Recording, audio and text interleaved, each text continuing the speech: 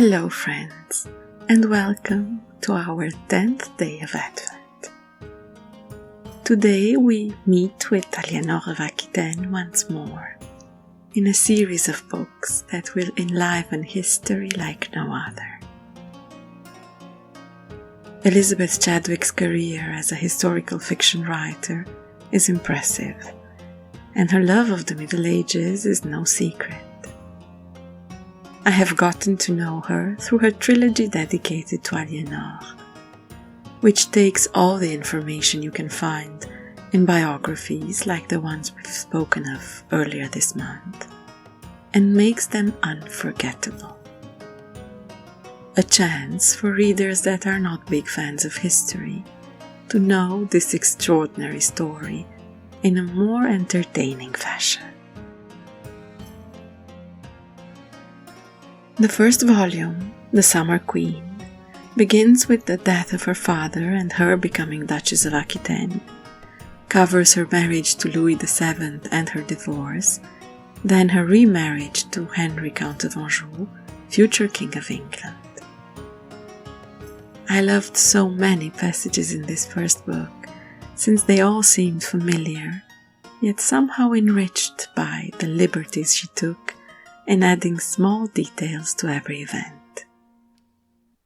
I was impressed by the fast-paced storytelling of Aliénor's return to her natal Aquitaine after divorcing the King of France. She was one of the greatest prizes to be taken by a man, and with the medieval religious yet brutal methods available, all you had to do was to bed her, by force if necessary, and you could claim her as a wife along with all her territories.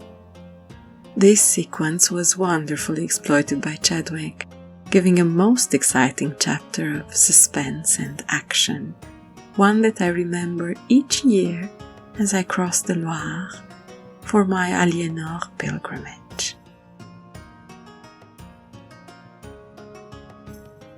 The second volume, The Winter Crown, covers the time between her marriage to Henry and her imprisonment by him, following her attempt to overthrow him with the help of their children. A love story that starts more as an infatuation than anything else, between an ex-queen and a feisty young count 10 years younger than her, becomes a battle for power between a visionary queen and a temperamental king. The sexual side of Aliénor might surprise you in the books. You might even suspect a modern-day marketing scheme to oversex their story. In fact, we know from different sources that Aliénor was very ahead of her time when it came to intimacy. A few centuries ahead, you might say.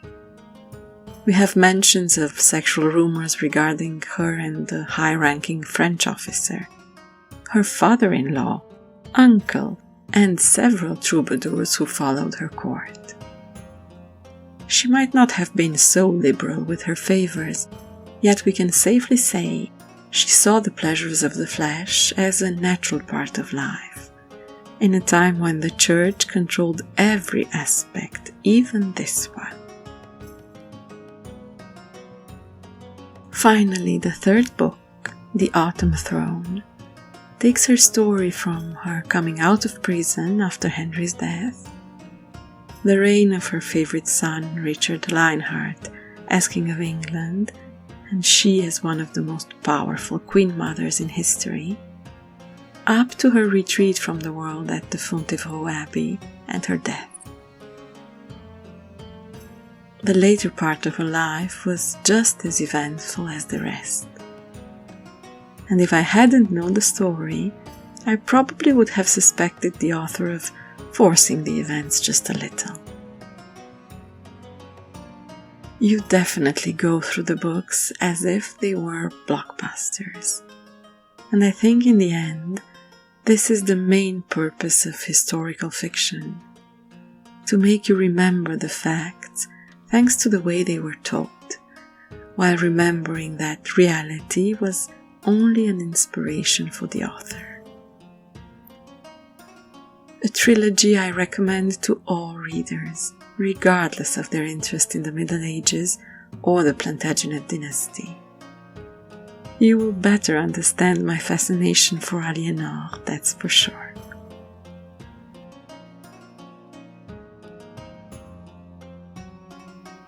See you tomorrow.